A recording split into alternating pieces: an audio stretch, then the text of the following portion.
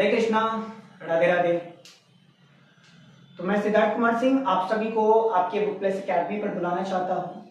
और हमारे जो भी नीट एस्पिरेंट हैं जो 2026 में नीट के पेपर को लिखने वाले हैं वो हमारे बुक प्लेस अकेडमी से जरूर जुड़े, क्योंकि बुक प्लेस अकेडमी जो है वो अपने बुक प्लेस अकेडमी ऐप पर और book place academy YouTube channel पर नीट के प्रिपरेशन को शुरू कर चुका है। ठीक है ना। तो अगर आप चाहते हैं कि नीट 2026 में एग्जाम देना तो आप बुक प्लेस अकेडमी से आके जुड़ सकते हैं। ठीक है ना। तो आज हम लोग जो शुरू कर रहे हैं, जिस टॉपिक के बारे में आज हम लोग पढ़ाई कर रहे हैं, वो आपका जो टॉपिक है वो न्यूटन्स लॉज का है, यानी बोले तो तुम्हारा क्या, लॉज ऑफ मोशन का है। और इस लॉज ऑफ मोशन में आपका एक बेहद ही शानदार टॉपिक है, जहां से कई बार जो है ना बहुत ही मल्टीपल टाइम्स बोल सकते हैं जेई मेंस के एग्जाम में और नीट के एग्जाम में क्या होता है, क्वेश्चन पूछा जाता है। ठीक है ना। आप पेपर को जब पलटिएगा तो ऐसा नहीं है कि आपको एक दो साल बाद तुमको ऐसा क्वेश्चन दिखे, बल्कि बार बार जो नीट का पेपर होता है ना उसमें क्या किया जाता है, टेंशन इन स्ट्रिंग का जो क्वेश्चन होता है ना वो बहुत ही ज्यादा बार पूछा जाता है। ठीक है ना। तो इस टॉपिक को हम लोग कवर करेंगे कि टेंशन क्या होता है। ठीक है। अब बात करते हैं यहाँ पे कि टॉपिक क्या है आपका, टेंशन इन स्ट्रिंग है। ठीक है ना। स्ट्रिंग तो पता होगा आपको कि स्ट्रिंग को हम लोग क्या बोलते हैं, रस्सी बोलते हैं। ठीक है। तो टेंशन क्या होता है, व्हाट इज टेंशन। तो देखो टेंशन कुछ नहीं है बल्कि टेंशन एक तरह का क्या होता है, फोर्स होता है। टेंशन क्या होता है, एक तरह का फोर्स होता है। ठीक है। याद करके रखिए, tension is the type of क्या, फोर्स है। यानी फोर्स क्या होता है कि जब ऑब्जेक्ट चेंज होता है ना तो फोर्स भी चेंज होता है, हो जाता है। तो कहीं पर हम उसको वेट बोलते हैं, कहीं पर उसको फोर्स बोलते हैं और कहीं पर उसको क्या बोलते हैं हम लोग, टेंशन बोलते हैं। ठीक है ना। अब ये जो टेंशन है वो इसका जनरेशन कहां पे होता है, ये टेंशन कहां कहां पे लगता है, कैसे प्रोड्यूस होता है। ठीक है। तो इसको समझने से पहले एक, अगर आप गांव से बिलोंग करते होंगे, ठीक है ना, कभी कुएं से पानी को निकाले होंगे, ठीक ना, तो आपको ये चीज थोड़ा सा फील हो सकता है, रिलेटेबल हो सकता है, आप इससे जुड़ाव महसूस कर सकते हैं। ठीक है। ये कोई नया टॉपिक नहीं है बल्कि उसी पुराने टॉपिक का एक डेरिवेशन है, जिसको आज हम लोग क्या पढ़ रहे हैं, टेंशन इन स्ट्रिंग में पढ़ रहे हैं। ठीक है ना। पुराने समय में क्या था कि जब हैंडपंप नहीं था, ठीक है, जब मोटर नहीं था, सबमर्सिबल नहीं था, तो उस समय जो था ना हमारे पास पानी पीने के लिए दो ही साधन था, या तो पोखर था, ठीक है ना, या कुआं था। अब कुआं में क्या था कि कुआं की गहराई नीचे तक थी, तो उसको डायरेक्टली हम वहां से पानी तो निकाल नहीं सकते थे। तो पानी निकालने के लिए हम लोग क्या करते थे कि एक छोटा सा बाल्टी लेते थे। क्या लेते थे, छोटा सा बाल्टी, जिसको आप लोग बोल सकते हैं यहाँ पे क्या, टब बोल सकते हैं। अब इस बाल्टी को क्या था कि रस्सी की सहायता से हम लोग डालते थे कुएं के अंदर में। कहां पे डालते थे, कुएं के अंदर में। ये आपका क्या हो गया, स्ट्रिंग हो गया, और ये आपका क्या हो गया, यहाँ पे बाल्टी हो गया। ठीक है। अब बाल्टी में हम लोग क्या करते थे, रस्सी को बांधते थे और बाल्टी को छोड़ देते थे कहां पे, कुएं के अंदर में। ठीक है। जैसा ही कुएं के अंदर में गया, पानी से टकराया, आवाज आया ठक सीना। ठीक है ना। अब देखिए यहाँ पे क्या हुआ कि जब बाल्टी को कुएं के अंदर में डाले तो डालने पर क्या हुआ कि पानी जो था, ये तो बाल्टी खाली था और इसके अंदर में पानी क्या हुआ, इन हुआ, स्टोर हुआ। अब उस पानी को क्या करना था, बाहर की ओर निकालना था। तो बाहर की ओर निकालने में हम लोग क्या करना शुरू करते हैं कि ये रस्सी को ऊपर की ओर खींचना हम लोग क्या करते हैं, शुरू कर देते हैं। ठीक है ना। यानी इस रस्सी को क्या करते हैं, ऊपर की ओर हम लोग खींचना शुरू कर देते हैं। तो जब खींचते हैं ना तो हम लोग क्या करते हैं, रस्सी पर फोर्स अप्लाई करते हैं। क्या करते हैं, रस्सी पर हम लोग क्या करते हैं, कस के फोर्स अप्लाई करते हैं, खींचते हैं। और खींचने में तो ताकत लगती है, ठीक है ना। तो हम लोग क्या करते हैं, फोर्स ऐसे करके अप्लाई करते हैं और वो बाल्टी धीरे धीरे ऊपर की ओर आता है। किसके हेल्प से, तो एक स्ट्रिंग के हेल्प से। ठीक है। तो जो हम लोग ऊपर की ओर जो फोर्स लगा रहे थे, कहां पे, रस्सी पे एक कोनों को पकड़ के खींच रहे थे, तो ऊपर की ओर हम लोग फोर्स लगा रहे हैं, किसके हेल्प से, तुम्हारा स्ट्रिंग के हेल्प से। तो ये जो रस्सी होता है ना, रस्सी में जो फोर्स यूज होता है ना, फोर्स जनरेट होता है ना खींचते समय, उस फोर्स को हम लोग क्या बोलते हैं, यहाँ पे टेंशन बोलते हैं। क्या बोलेंगे, टेंशन बोलेंगे। ठीक है ना। यानी रस्सी में जो फोर्स था उसी फोर्स को हम लोग क्या बोलेंगे, यहाँ पे टेंशन बोलेंगे। समझ में आई बात। ठीक है। तो रस्सी में लगने वाले फोर्स को हम लोग क्या बोलते हैं, टेंशन बोलते हैं। ऐसे लिख सकते हैं इसको कि the force applied in string is called तुम्हारा क्या, टेंशन। बात है समझ में? ठीक है, कोई दिक्कत? अब देख, टेंशन को ना हम लोग क्या करते हैं, टी से इंडिकेट करते हैं।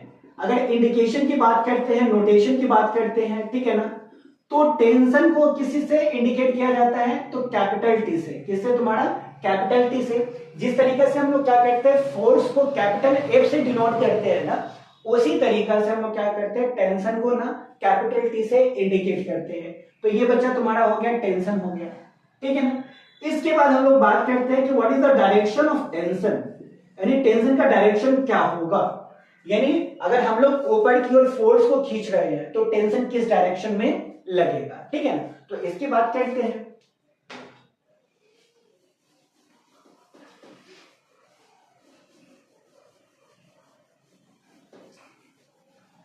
तो देखिए यहां पे अगर मान लेते हैं हम लोग यहाँ पे कि ऐसे करके ये मेरा हो गया क्या, स्ट्रिंग हो गया, ठीक है ना। और यहां पर क्या कर दिए कि एक छोटे से ऑब्जेक्ट को जोड़ दिए, ठीक है, जिसका मान लेते हैं मास m है, ठीक ना। यानी मान लेते हैं ये तुम्हारा क्या है, बाल्टी है, देहाती भाषा में आसानी से समझते हैं। तो ये बाल्टी है तुम्हारा, और ऊपर में क्या इसे जोड़ गया, स्ट्रिंग जुड़ गया। तो जब मान तुम्हारा कि अगर कुएं के अंदर में ये जाएगा, ठीक है, या पकड़ के हम इसको ऐसे लटकाएंगे, तो लटकाते समय क्या होगा, तुम्हारा नीचे की ओर ग्रेविटेशन फोर्स लगेगा mg, हाँ या ना बता। यानी जब भी किसी ऑब्जेक्ट को हम लोग क्या करते हैं, रस्सी की सहायता से ऐसे लटकाते हैं अर्थ के डायरेक्शन में नीचे की ओर, तो नीचे की ओर लटकाएंगे हम लोग, तो यहां पर क्या होगा, तुम्हारा mg फोर्स लगेगा। यानी अर्थ जो होगा ना, इस ऑब्जेक्ट को नीचे की ओर क्या करेगा, तानेगा, खींचेगा, ठीक है ना। तो नीचे की ओर खींचेगा तो ये क्या अप्लाई होगा, तुम्हारा mg होगा। यानी मास में अगर g से हम लोग क्या कर देते हैं, मल्टीप्लाई कर देते हैं, तो इसको बोलते हैं हम लोग क्या, वेट बोलते हैं। क्या बोलेंगे तुम्हारे यहाँ पे, वेट बोलेंगे। तो जब भी किसी ऑब्जेक्ट को नीचे की ओर लटकाते हैं तो तुम्हारा वेट कहां पे लगता है, टुवर्ड्स अर्थ, तो mg हो गया। तो बता कि अगर अर्थ इस मास को नीचे की ओर खींच रहा है और रस्सी मेरे हाथों में है, तो क्या रस्सी ऊपर की ओर नहीं खींचेगा क्या, ठीक है। यानी क्या, जो अर्थ टच नहीं है तब भी ये क्या कर रहा है कि इस ऑब्जेक्ट को नीचे की ओर खींच रहा है, ठीक है ना। तो नीचे की ओर जब ऑब्जेक्ट खींच रहा है बिना टच का, तो हम इस रस्सी को पकड़े हुए हैं, तो क्या बताओ कि ये नीचे की ओर जाएगा, तो रस्सी क्या चाहेगा, इसको ऊपर की ओर लाना नहीं चाहेगा क्या, चाहेगा। तो याद रखना कि जहां पे तुम्हारा ऑब्जेक्ट का कांटेक्ट हो, ऑब्जेक्ट का क्या हो, तुम्हारा कांटेक्ट हो, जैसे में यहाँ ऑब्जेक्ट इस रस्सी से क्या कर रहा है, जुड़ रहा है, तो याद रखना हर समय कांटेक्ट के अवे, यानी अपोजिट टू द कांटेक्ट, ठीक है ना। यानी तुम्हारा ये कांटेक्ट फोर्स है, तुम्हारे यहाँ पे जुड़ाव हो रहा है, तो इसके क्या करेगा, तुम्हारा अवे यानी अपोजिट डायरेक्शन में क्या अप्लाई होता है, तुम्हारा टेंशन होता है, ठीक है ना। तो डायरेक्शन की बात करते हैं हम लोग यहाँ पे, किसका, टेंशन की डायरेक्शन की बात करते हैं, तो ऐसे लिख सकते हैं कि इसका जो डायरेक्शन होगा ना, अवे फ्रॉम क्या होगा, तुम्हारा कांटेक्ट ऑफ ऑब्जेक्ट होगा, ठीक है ना। यानी टेंशन का जो डायरेक्शन होगा वो क्या होगा, तुम्हारा जहां से रस्सी ऑब्जेक्ट से जुड़ेगी उसके जस्ट अपोजिट डायरेक्शन में क्या होगा, तुम्हारा टेंशन का डायरेक्शन होगा। बात है समझ में? यानी टेंशन का डायरेक्शन क्या है, away from the contact of object, यानी वस्तु के जुड़ाव से क्या करेगा, तुम्हारा अपोजिट डायरेक्शन में ये फोर्स लगेगा। अगर मान तुम्हारा कि एक रस्सी है इस तरीका से, ठीक है, और इस रस्सी को हम लोग क्या कर रहे हैं, ऊपर की ओर डायरेक्शन में एफ फोर्स से क्या कर रहे हैं, खींच रहे हैं। यानी रस्सी को हम किस डायरेक्शन में खींच रहे हैं, एफ फोर्स से खींच रहे हैं, और इधर ये जो रस्सी है ना वॉल से जुड़ा हुआ है, तो ये बता तुम्हारा कि तुम्हारा जो टेंशन है ना वो किस डायरेक्शन में लगेगा। तो यहाँ पर देखिए फोर्स जो है वो किस डायरेक्शन में लग रहा है, ऊपर के डायरेक्शन में। तो याद रखना तुम्हारा टेंशन जो होगा ना जस्ट इसके अपोजिट डायरेक्शन में एक्ट करेगा। यानी ये तुम्हारा मान लेते हैं कि ऊपर के डायरेक्शन में फोर्स अप्लाई हो रहा है ना, तो टेंशन क्या होगा तुम्हारा, just opposite to the applied force, ठीक है ना। तो ये अपोजिट काम करेगा। बातें समझ में? ठीक है। अब ये बात हो गया तुम्हारा कि डायरेक्शन क्या होता है, टेंशन क्या होता है, ठीक है। अब क्या करते हैं हम लोग, डायरेक्ट क्वेश्चन अप्रोच करते हैं कि क्वेश्चन को हम लोग, टेंशन का अगर क्वेश्चन आता है तो किस तरीके से हम लोग क्वेश्चन को बना सकते हैं, ठीक है। अब देखो तुम्हारे एग्जाम में, जेई एग्जाम में, नीट के एग्जाम में, ठीक है, या सीयूटी के एग्जाम में, तो इसमें जो क्वेश्चन आता है ना, सबसे पहला जो क्वेश्चन होता है आपका टेंशन में जो पढ़ना है ना, वो पढ़ना है क्या, सिंपल पुल्ली के बारे में पढ़ना है। किसके बारे में पढ़ना है यहाँ पे, सिंपल पुल्लीज के बारे में। जैसे में सिंपल पुल्ली कहने का मतलब होता है कि पुल्लीज तो आप लोग जानते होंगे, एक सर्कुलर क्या होता है, शेप होता है इस तरीका से, और इसको क्या करते हैं, किसी रोड की सहायता से इसको लटका देते हैं। जैसा कि आप लोग कुआं देखते होंगे, तो कुआं में पहले क्या था कि रस्सी के सहायता से क्या करते थे, पानी को निकालते थे। लेकिन क्या होता था ना कि रस्सी से डायरेक्ट खींचने में हम लोग को ज्यादा फोर्स लगता था, मेहनत ज्यादा लगता था। तो क्या किया गया, तुम्हारा एडवांस टेक्नोलॉजी जब यूज हुआ तो उसमें जैसे हम लोग चक्का, आज जो साइकिल चलाते हैं, तो साइकिल में क्या है, तुम्हारा सर्कुलर रिंग है। उसी तरीके से पुल्ली जो होता है ना, एक तरह का सर्कुलर रिंग होता है, और जिस तरीके से साइकिल में उधर रिंग होता है ना, एक पॉइंट से कनेक्ट होता है सेंटर से, उसी तरीके से ये पुल्लीज को हम लोग क्या करते हैं, किसी रॉड से क्या करते हैं, कनेक्ट कर देते हैं। ठीक है, और इसके ऊपर एक तरफ मान लेते हैं कि बाल्टी रख लिए, ठीक है ना, और एक तरफ हम खुद इसको क्या कर रहे हैं, खींच रहे हैं। तो इस तरीके से आसानी से क्या होता है, ये जो पुल्ली है ना वो नचता है, और नच के क्या होता है तुम्हारा कि मान ले इस पॉइंट पर हम पकड़े हुए हैं और ये तुम्हारा क्या कुओं के अंदर में है, और इसको अगर खींचेंगे ना तो आसानी से ये ऊपर में आ जाएगा और फिर पानी को हम लोग क्या कर लेंगे, ले लेंगे। तो ऐसा जो अगर पानी को हम लोग क्या करते हैं, खींचते हैं पुल्ली के हेड से, तो ऐसा जो होता है इसको बोलते हैं हम लोग क्या, सिंपल पुल्लीज बोलते हैं। अब सिंपल पुल्लीज में तुम्हारा क्वेश्चन कैसे आ सकता है, कैसे हम लोग इस क्वेश्चन को सॉल्व करेंगे, सो देखते हैं। अगर मान ले कि ये ऑब्जेक्ट जो है ये यहाँ पे दिख रहा है, मान लेते कि ये M1 ऑब्जेक्ट है, यानी ए देखो ऑब्जेक्ट कहने का मतलब क्या, ए बी ऑब्जेक्ट और ये बी ऑब्जेक्ट। ठीक है, अब इसका मास मान लेते हैं क्या, M1 मान लेते हैं। ठीक है, और इसका जो मास है ना वो हम लोग मान लेते हैं क्या, M2 मान लेते हैं। ठीक, अब मान ले यहाँ पे कि यहाँ पे जो मास है M1 और M2, तो मासेस कितना है यहाँ पे, दो है, एक है M1 और दूसरा क्या है यहाँ पे M2 है। बात ही समझ में।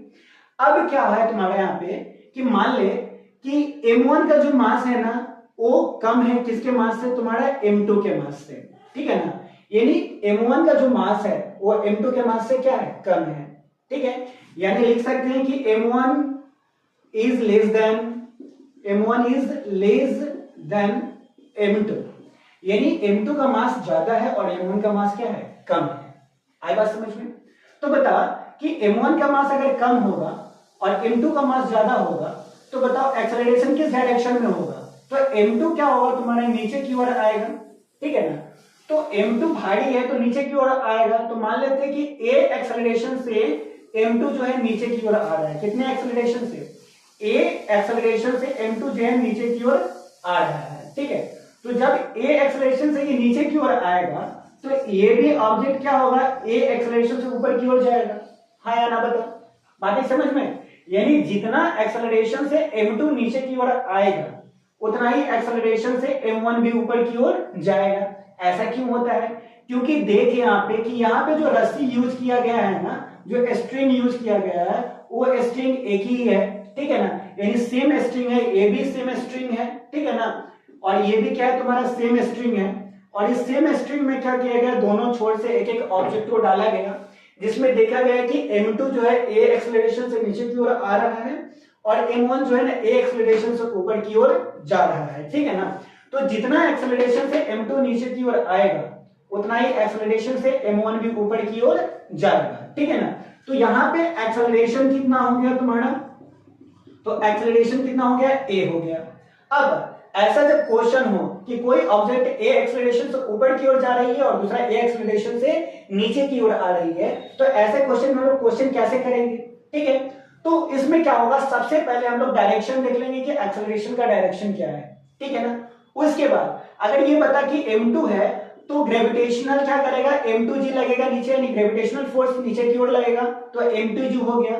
तो बता कि एक फोर्स नीचे की ओर लग रहा है, तो हम लोग क्या बताया कि जहां पे कांटेक्ट होगा ना, जहां पे कोई स्ट्रिंग से ऑब्जेक्ट जुड़ता होगा ना, इसके जस्ट अपोजिट डायरेक्शन में कौन अप्लाई करता है, तो टेंशन। तो टेंशन ऊपर की ओर लग रहा है और M2G कहां पे लग रहा है तुम्हारा, नीचे की ओर, यानी ग्रेविटेशनल फोर्स नीचे की ओर लग रहा है और टेंशन क्या कर रहा है, ऊपर की ओर लग रहा है। इसी तरीका से तुम्हारा टेंशन भी इसमें क्या होगा, ऊपर की ओर लगेगा और ग्रेविटेशनल फोर्स क्या क्या होगा तुम्हारा, नीचे की ओर लगेगा। ठीक है ना, तो gravitational force downward direction to the earth और एक्सेलरेशन जो होगा ना अवे फ्रॉम द ऑब्जेक्ट। ठीक है ना, तो टेंशन यहाँ पे लग रहा है तुम्हारा और M2G क्या होगा, नीचे की ओर लग रहा है। अब ऐसा हो गया, जब इस तरीका से तुम लोग असाइन कर लो, सब चीज को लिख लो ना, तो उसके बाद हमको करना क्या पड़ेगा, अब हमको देखना है डायरेक्शन ऑफ एक्सेलरेशन। क्या करना है, डायरेक्शन ऑफ एक्सेलरेशन। अब देखो जिस डायरेक्शन में एक्सेलरेशन होना वहां से क्वेश्चन सॉल्व करना हम लोग शुरू करेंगे, ठीक है ना। जैसे में इसको हटाते हैं, ठीक है ना, फ्री बॉडी डायग्राम बनाते हैं। क्या बनाते हैं? Free body diagram. अब फ्री बॉडी डायग्राम जब बनाएंगे यहाँ पे, तो मान लीजिए M1 का लेते हैं हम, तो M1 क्या इस तरीका से ऑब्जेक्ट है, यहाँ से ऊपर की ओर टेंशन लग रहा है और नीचे की ओर M1G लग रहा है, ठीक है ना, और एक्सेलरेशन जो है अपवर्ड डायरेक्शन में है, ठीक है। तो एक्सेलरेशन जिस डायरेक्शन में होगा ना, उस डायरेक्शन में हम लोग इक्वेशन कैसे लिखेंगे, सो देखिए यहाँ पे। तो देख एक्सेलरेशन तो ऊपर की डायरेक्शन में है और M1G क्या है तुम्हारा नीचे की डायरेक्शन में है। तो क्वेश्चन सॉल्व करते समय देखना तुम्हारा कि जिस डायरेक्शन में एक्सेलरेशन हो ना, सबसे पहले उसको हम क्या करेंगे, टेंशन को लेंगे। तो ये तुम्हारा क्या हो गया, टेंशन हो गया। तो इस वाले फोर्स में, इस टेंशन का जो फोर्स है, इसमें से हम किसको घटा लेंगे, M1G को घटा लेंगे। इसको घटा लेंगे M1G। तो देखो T माइनस क्या हो गया M1G इज इक्वल टू लिखेंगे हम लोग क्या, M1 इंटू क्या तुम्हारा A। क्या करेंगे, M1 इंटू A। यानी समझ में क्या है कि देखो टेंशन में एक तरह का फोर्स है जो ऊपर की ओर लग रहा है, और M1G भी क्या है, एक तरह का फोर्स है जो कहां पे लग रहा है, नीचे की ओर। तो हम लोग कैसे करेंगे कि T में से M1G घटाना है या M1G में से T घटाना है। इसके लिए हम लोग का नजर कहां पे होना चाहिए, तो ये वाले एक्सेलरेशन पर होना चाहिए। आई बात समझ में? तो एक्सेलरेशन जिस डायरेक्शन में होगा ना, उसी फोर्स में से नीचे वाले फोर्स को क्या करेंगे, घटा लेंगे, ठीक है ना। तो देखो T एक्सेलरेशन ऊपर की ओर और ये T है टेंशन, तो टेंशन में से हम किसको घटाएंगे, M1G को घटाएंगे। तो T माइनस क्या हो गया, M1 into G is equal to क्या हो गया, Ma इंटू क्या, A हो जाएगा। तो इक्वेशन नंबर फर्स्ट हो गया। इसी तरीके से हम लोग क्या करेंगे, फ्री बॉडी डायग्राम किसका बनाएंगे, तुम्हारा सेकंड ऑब्जेक्ट का बनाएंगे। किसका बनाएंगे, सेकंड ऑब्जेक्ट का। तो देखिए यहाँ पे क्या कहते हैं हम लोग कि सेकंड ऑब्जेक्ट का फ्री बॉडी डायग्राम जब बनाएंगे तो इस तरीका से, इसका मास M2, नीचे क्या कर रहा है, ग्रेविटेशनल फोर्स लग रहा है M2G लग रहा है, और ऊपर की ओर क्या कर रहा है, टेंशन लग रहा है, और एक्सेलरेशन कहां पे है, डाउनवर्ड डायरेक्शन में। यहाँ पे एक्सेलरेशन क्या था तुम्हारा, अपवर्ड डायरेक्शन में, यहाँ पे क्या था, एक्सेलरेशन था। लेकिन एक्सेलरेशन यहाँ पे क्या है तुम्हारा, डाउनवर्ड डायरेक्शन में है। कहां पे है एक्सेलरेशन, डाउनवर्ड डायरेक्शन में। तो एक्सेलरेशन अब यहाँ पे नहीं है बल्कि नीचे की ओर है ना। तो नीचे की ओर है तुम्हारा, तो क्या करेंगे, M2G माइनस T करेंगे। क्या करेंगे, M2G माइनस T करेंगे। यानी एक्सेलरेशन नीचे की ओर है तो M2 इंटू G माइनस क्या हो जाएगा, T। तो M2 माइनस क्या हो गया, T हो जाएगा, और इज इक्वल टू क्या हो गया, M2A हो गया। क्या हो गया तुम्हारा, M2A। यहाँ पर क्या था, T के डायरेक्शन में, टेंशन के डायरेक्शन में एक्सेलरेशन था, तो T माइनस M1G लिखिए। और यहाँ पे क्या है, M2G के डायरेक्शन में क्या है, एक्सेलरेशन है। तो क्या करेंगे, M2 इंटू G और माइनस क्या करेंगे, T is equal to M2 into क्या, A हो गया। अब सेकेंड इक्वेशन बन गया तुम्हारे यहाँ से, और हमको फाइंड आउट क्या करना है, एक्सेलरेशन भी फाइंड आउट करना है और टेंशन भी फाइंड आउट करना है, ठीक है।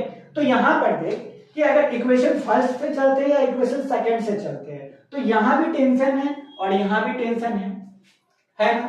तो जब यहाँ भी टेंशन है और यहाँ भी टेंशन है, तो बता बच्चा तुम्हारे क्या हम कर सकते हैं। तो करने को क्या करेंगे कि हम लोग लिख क्या सकते हैं तुम्हारा कि T, ठीक है, या तुम्हारा क्या होगा, T इज इक्वल टू क्या करेंगे हम लोग कि देख इस वाले M1G को उधर ले जाएंगे तो M1A हो जाएगा, और ये माइनस में तो ये किस में चला जाएगा, प्लस में चला जाएगा। T इज इक्वल टू क्या हो गया, M1A प्लस तुम्हारा M1G हो गया। अब ये जो इक्वेशन नंबर थर्ड है, इस इक्वेशन नंबर अगर सेकंड में डालते हैं तो सबसे पहले मेरा क्या आ जाएगा, एक्सेलरेशन आ जाएगा। क्या आ जाएगा, एक्सेलरेशन आ जाएगा। जस्ट देख तुम्हारा यहाँ पे कि ये हो गया MTG हो गया तुम्हारा, और T का जो वैल्यू है वो क्या है तुम्हारा M1A, और प्लस में क्या तुम्हारा M1G is equal to M2A हो जाएगा। हाँ या ना बता, ठीक है। अब देख A वाले को हम लोग एक साइड ले जाते हैं और G वाले को एक साइड ले आते हैं। तो यहाँ पर क्या है, M2 इंटू G, और यहाँ पर प्लस में क्या हो जाएगा, M1 into G is equal to M2A, और ये माइनस M1A को हम क्या करेंगे, उस डायरेक्शन में ले जाएंगे, तो M1 इंटू क्या हो गया, A हो जाएगा। अब देखिए यहाँ पे G क्या हो जाएगा, कॉमन हो जाएगा, तो G बाहर निकल जाएगा, तो M1 प्लस क्या होगा, M2 आ जाएगा, इज इक्वल टू, देखिए यहाँ पे एक्सप्रेशन कॉमन है, तो M1 प्लस क्या हो जाएगा, यहाँ पे M2 हो जाएगा, और इंटू क्या हो गया, A हो गया। तो A बराबर क्या हो गया तुम्हारा M1 प्लस M2, ठीक है, और इंटू G, और बटा में क्या हो गया M1 प्लस M2 हो जाएगा, ठीक है ना। तो यहां से हमको क्या होगा, सबसे पहले टेंशन निकालने में सबसे पहले हमको करना क्या पड़ेगा, एक्सेलरेशन को फाइंड आउट करना पड़ेगा। तो एक्सेलरेशन को हम लोग क्या करेंगे, फाइंड आउट करेंगे, बात है समझ में। और इसी एक्सेलरेशन को जब ए का वैल्यू आ जाएगा ना, इस एक्सेलरेशन को हम लोग क्या करेंगे, जब इक्वेशन थर्ड में पुट कर देंगे ना, वैल्यू डाल देंगे ना, तो मेरा क्या निकल जाएगा, यहाँ पे टेंशन का वैल्यू निकल जाएगा, ठीक है ना। तो बात आई समझ में कि किस तरीके से हम लोग क्वेश्चन अप्रोच कर सकते हैं। जब सिंपल पुल्ली का केस हो उसमें कैसे अप्रोच करेंगे, कैसे क्वेश्चन को बनाएंगे। आई बात समझ में, हाँ या ना बताओ, ठीक है। यानी सबसे पहले टेंशन निकालने में क्या करना पड़ेगा, सबसे पहले एक्सेलरेशन को फाइंड आउट करना पड़ेगा। जब एक्सेलरेशन हम लोग फाइंड आउट कर लेंगे ना, तो इस एक्सेलरेशन को फिर इक्वेशन में डालेंगे, तो वहां से टेंशन का वैल्यू निकल जाएगा, और टेंशन का वैल्यू निकलेगा मतलब रस्सी में कितना फोर्स था ना वो निकल जाएगा। हाँ या ना बताओ, सही है ना, ठीक है। तो इसको तुम्हारा लिख ले। अब हम लोग क्वेश्चन डायरेक्ट अप्रोच करते हैं, कैसे क्वेश्चन को हम लोग सॉल्व कर सकते हैं, ठीक है। जल्दी से उतार ले इसको, चल हो गया होगा तो इसको मिटा लेते हैं, ठीक है।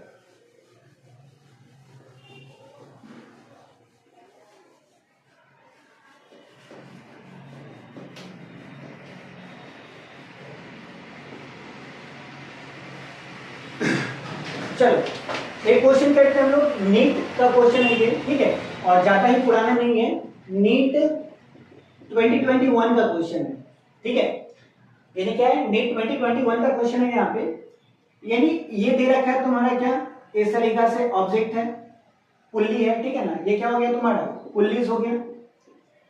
और इधर से एक ऑब्जेक्ट नीचे की ओर है, जिस ऑब्जेक्ट का वेट कितना है, 4 किलोग्राम है, कितना है, 4 किलोग्राम। और इस वाले ऑब्जेक्ट का जो है उसका वेट दे रखा है, मास दे रखा है तुम्हारा कितना, 6 किलोग्राम। यानी इसका जो मास है वो कितना, 4 किलोग्राम, और सेकेंड ऑब्जेक्ट का मास कितना है, 6 किलोग्राम, ठीक है। और इसमें हम लोग को फाइंड आउट करना है, फाइंड आउट करना है क्या, एक्सेलरेशन फाइंड आउट करना है, क्या करना है, एक्सेलरेशन फाइंड आउट करना है, ठीक है ना। यानी क्या है, 4 किलोग्राम का ये ऑब्जेक्ट और 6 किलोग्राम का ये ऑब्जेक्ट है, और इसमें हमको क्या करना है, एक्सेलरेशन फाइंड आउट करना है कि एक्सेलरेशन कहां पे क्या होगा, ठीक है। तो बताए तुम्हारे यहाँ पे कॉमन दिमाग लगा सकते हैं कि ये 4 किलोग्राम का ऑब्जेक्ट है और ये 6 किलोग्राम का ऑब्जेक्ट है, और दोनों को एक रस्सी के दोनों छोर से बांध दिया गया है, दोनों एंड से। तो बताओ 6 किलोग्राम नीचे आएगा या 4 किलोग्राम नीचे आएगा। तो ऑब्जेक्ट ऑब्वियसली है तुम्हारा क्या यहाँ पे कि जो भारी होगा ना वो नीचे के डायरेक्शन में आएगा, तो ये नीचे के डायरेक्शन में आएगा। तो नीचे के डायरेक्शन में आएगा तुम्हारा, तो एक्सेलरेशन ए ले लेते हैं, और ये ऊपर की ओर जाएगा तो एक्सेलरेशन ए होगा। उसके बाद टेंशन हर समय क्या होता है, अपोजिट डायरेक्शन में लगता है, तो दोनों में टेंशन टीटी डाल दिए इस तरीका से, ठीक है ना। अब बता कि नीचे की ओर लगेगा तो नीचे को की ओर कुछ ना कुछ तो ऑब्जेक्ट को खींचेगा, तो ये हो गया क्या तुम्हारा, देखो 6 इंटू क्या करेंगे हम लोग, जी करेंगे, यानी 6 गुने 10 बराबर कितना होगा, 60 न्यूटन का फोर्स नीचे की ओर लग रहा है, और टेंशन क्या कर रहा है, ऊपर की ओर लग रहा है, ठीक है ना। यानी 60 न्यूटन का बल क्या, नीचे की ओर, और टेंशन कहां पे, ऊपर की ओर।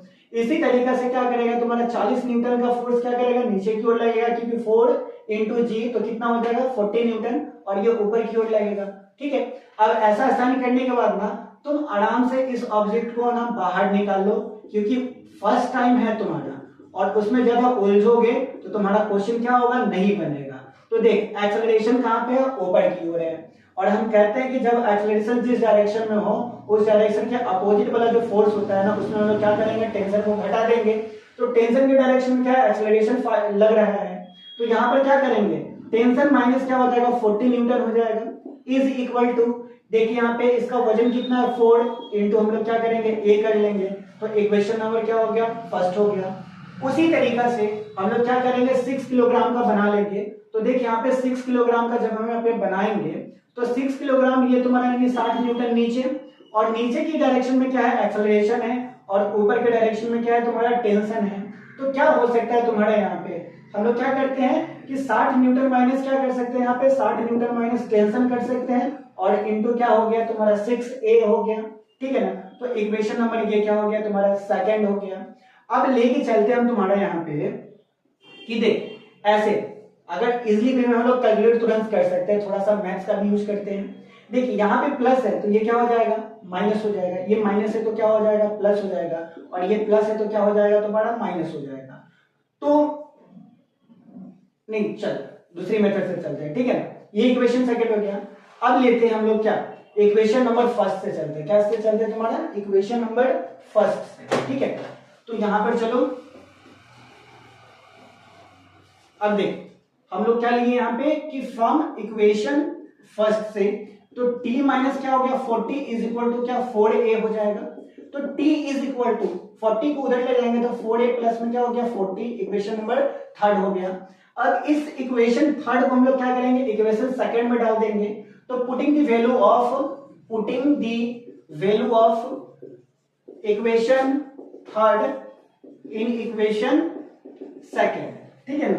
इक्वेशन सेकंड में डालेंगे तो देखिए यहाँ पे 60 है तुम्हारा, 60 newton minus t is equal to 6a है, तो 60 न्यूटन। देख टेंशन का वैल्यू कितना है तुम्हारा 4a प्लस क्या 40 इज इक्वल टू क्या 6a हो जाएगा।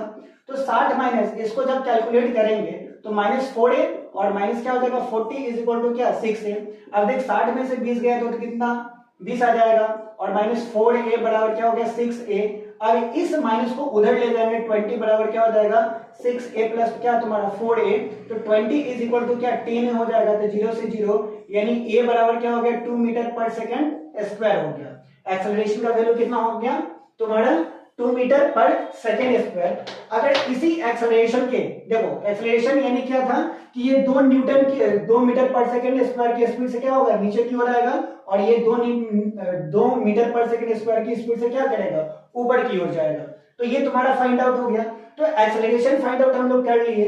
जब एक्सेलरेशन हमको पता चल जाएगा ना बच्चा, तो इस एक्सेलरेशन को हम इक्वेशन थर्ड में डाले या इक्वेशन सेकंड में डाले, कहीं पर डालेंगे मेरा टेंशन का वैल्यू क्या हो जाएगा निकल जाएगा। जैसे में मान ले कि इस एक्सेलरेशन को वैल्यू को हम कहां पे डाल देते हैं, इक्वेशन थर्ड में डालते हैं। कहां पे डालेंगे, इक्वेशन थर्ड में डालेंगे। तो इक्वेशन थर्ड में क्या है t is equal to 4a plus क्या तुम्हारा 40, तो a का वैल्यू कितना तुम्हारा 2 और प्लस में तुम्हारा 40, तो टेंशन कितना हो जाएगा 8 प्लस 48 इज इक्वल टू क्या 56, यानी t का वैल्यू यहाँ पर कितना हो गया 56 न्यूटन, और a का वैल्यू कितना हो गया 2 मीटर पर सेकेंड स्क्वायर। बातें समझ में, ठीक है। तो इस तरीके से हम लोग क्या करेंगे, जब सिंपल पुल्ली का केस होना तो हम लोग क्वेश्चन को इस तरीके से सॉल्व करेंगे, ठीक है। अब क्या करना कि ये तो बता दिए हम, अब जाओ अपने क्वेश्चन बैंक पर, नहीं तो हमारे बुक प्लस एकेडमी पढ़ाओ, वहां पे पीडीएफ मिल जाएगा स्ट्रिंग का, ठीक है ना, टेंशन ही नहीं स्ट्रिंग का, उससे जाके तुम क्या कर सकते हो सॉल्व क्वेश्चन को कर सकते हो। तब तक के लिए हरे कृष्णा।